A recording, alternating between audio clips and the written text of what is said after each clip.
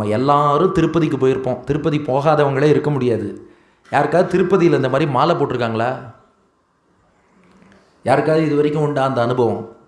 யாருக்கும் இல்லை. ஆமாம், எங்கள் ஜருகண்டின்னு சொல்லி ஒரு நிமிஷத்தில் தள்ளிடுறாங்க. இல்லை, அது இருக்கட்டும்.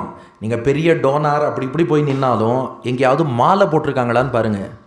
யார் திருப்பதி போனாலும் மாலை அணிவிக்க மாட்டார்கள். திருப்பதியில் தெலுங்கில் பூலப்பாவிம்பாங்க. பூங்கிணறுன்னு பேர்.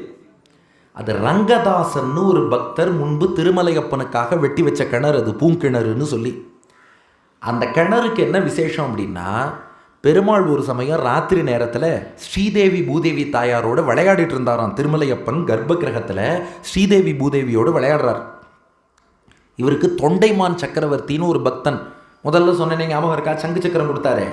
அந்த தொண்டைமான் சக்கரவர்த்தி கிடுகிடுன்னு பெருமாளை தரிசிக்கணும்னு சொல்லி அங்கே நரசிம்மர் குகைன்னு ஒரு குகை இருக்குது.